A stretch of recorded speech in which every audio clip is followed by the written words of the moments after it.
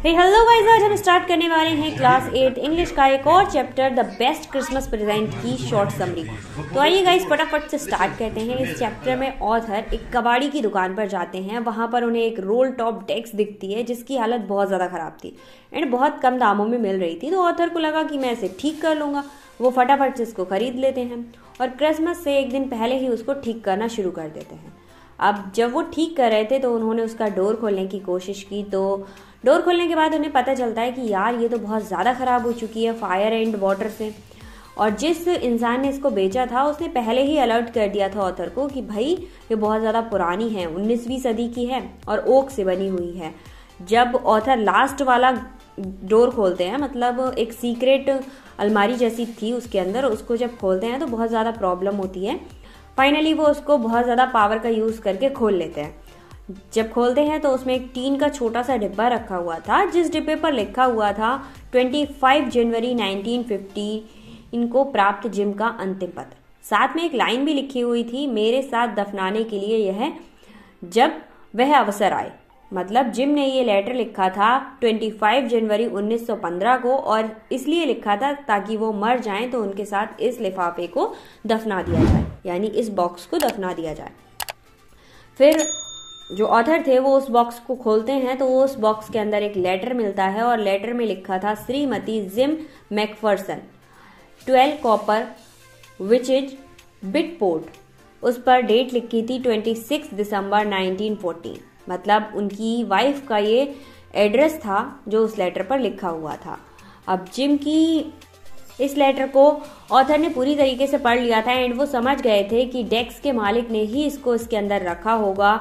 और वो जो जिम थे वो ब्रिटिश सेना के कैप्टन थे, उनका नाम जिम मैकफर्सन था। उसने अपने लेटर को अपनी वाइफ के लिए लिखा था। क्रिसमस का दिन था और युद्ध छिड़ चुका था, इसीलिए जिम मैकफर्सन ने वो लेटर लिखा था और उसमें पूरी डिटेल में लिखा था कि आखिर उस दिन हुआ क्या था।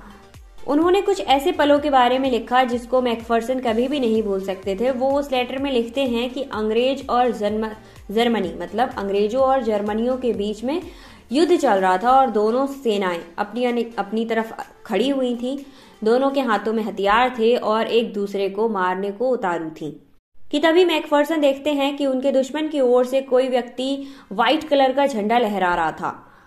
उसके बाद मैकफर्सन ने देखा कि अंग्रेजी सिपाही उनको आवाज लगा रहे थे और उस आवाज में वो क्रिसमस विश कर रहे थे उनको, मतलब क्रिसमस की मुबारकबाद दे रहे थे।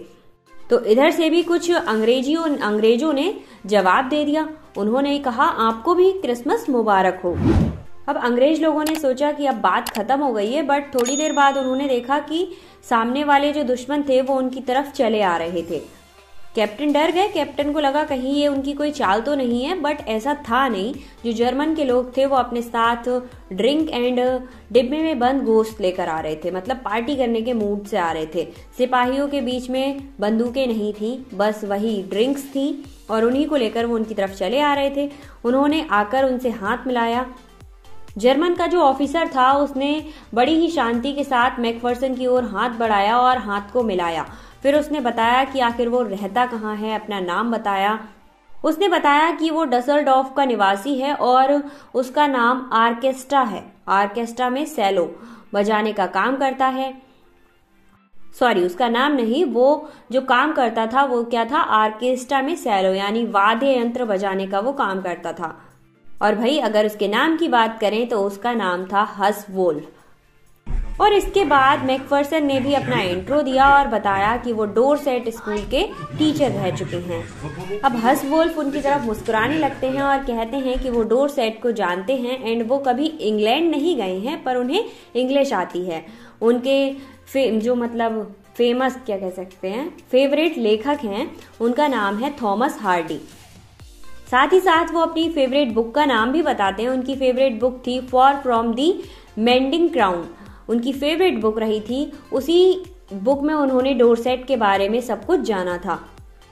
फिर सारे लोग मैकफर्सन की वाइफ द्वारा भेजे गए केक को कट करते हैं एंड वहीं पर हस वोल्फ कहता है कि मैंने अपनी लाइफ में इतना टेस्टी केक कभी भी नहीं खाया और पूरी रात पार्टी चलती है, वहाँ के लोग बहुत ज़्यादा एंजॉय करते हैं। वो रात एक बहुत शानदार रात रही थी एंड शानदार क्रिसमस की पार्टी रही थी।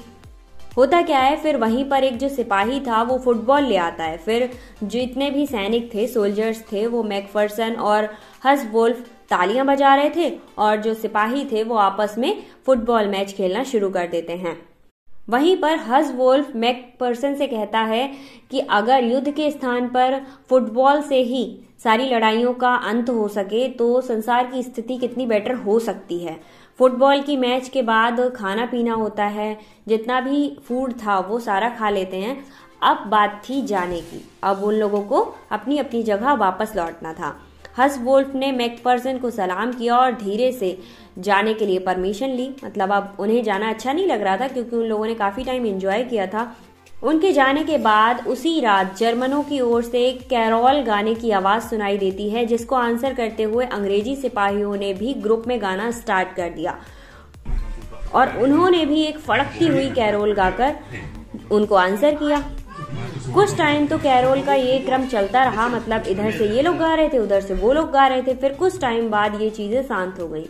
मैकफर्सन ने अपने लेटर में लिखा था कि वो जो टाइम था ना, वो उनको अपनी लाइफ टाइम याद रहेगा।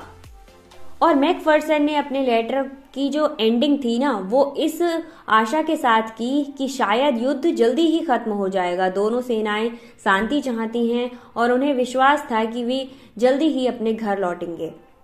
अब ऑथर लेटर पूरा पढ़ चुके थे कि भाई क्या क्या लिखा था एंड क्या क्या चाहते थे मैकफर्सन। तो उन्होंने फटाफट से उस लेटर को लिफाफे में डाला और डिसाइड किया कि मैं इस लेटर को वहीं पहुंचाऊंगा जहां इसकी असली जगह है। अब वो उसी पते पर गए, ब्रिडपोर्ट डोरसेट, जहां पर लिखा था वहीं पर पहुंचे और पहुंचते उन्होंने वहां पूछा तो 12 नंबर मकान में एक जली हुई कोठरी थी। पता लगा कि श्रीमती मैकफर्सन आग लगने के बाद उसके अंदर ही थी।